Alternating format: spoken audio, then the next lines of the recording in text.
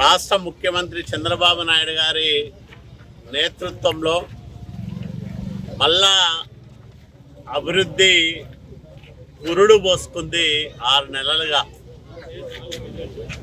ఈ రాష్ట్రం అన్ని రంగాల్లో అభివృద్ధి పథంలో ముందుకు వెళ్ళడానికి చంద్రబాబు నాయుడు గారి నాయకత్వమే శరణ్యమని నమ్మి ప్రజలు 164 స్థానాలు ఇచ్చి గౌరవించారు.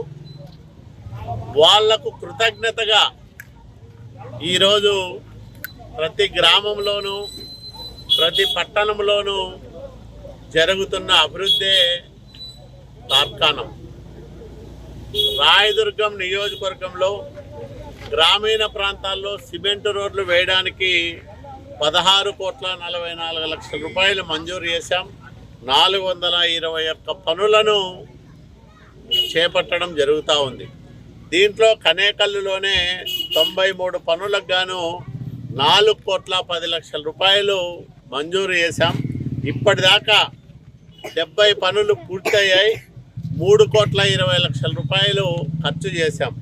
ఇంకా 23 పనులు మిగిలి ఉన్నాయి.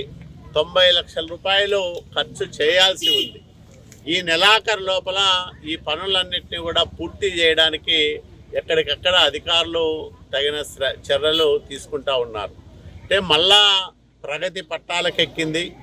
చంద్రబాబు నాయుడు గారి నాయకత్వంలో గ్రామీణ ప్రాంతాల్లో అభివృద్ధి కార్యక్రమాలు శరవేగంగా సాగుతూ ఉన్నాయి.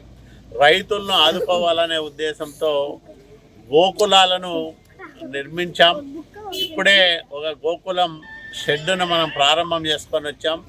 ఇట్లాంటివి దాదాపు 300 పైచిలకు గోకులం షెడ్లు ఒక రాయదుర్గం నియోజకవర్గంలోనే నిర్మాణం జరుగుతూ ఉన్నాయి. కాబట్టి వీటి వల్ల రైతులకు ఎంతగానో మేలు జరుగుతుంది. ఇట్లాంటి కార్యక్రమాలు గడిచిన 5 సంవత్సరాల కాలంలో ఎప్పుడూ జరగలేదు. జగన్మోహన్ రెడ్డి హయాంలో అభివృద్ధి పూర్తిగా అడుగంటిపోయింది. రైతు సంక్షేమాన్ని పూర్తిగా గాలికి వదిలేసినారు వాళ్ళు. మళ్ళా చంద్రబాబు నాయుడు గారి నాయకత్వంలో పవన్ కళ్యాణ్ గారి సారథ్యంలో గ్రామాల్లో ఈరోజు మంచి అభివృద్ధి కార్యక్రమాలు మళ్ళీ ప్రారంభమయ్యాయి.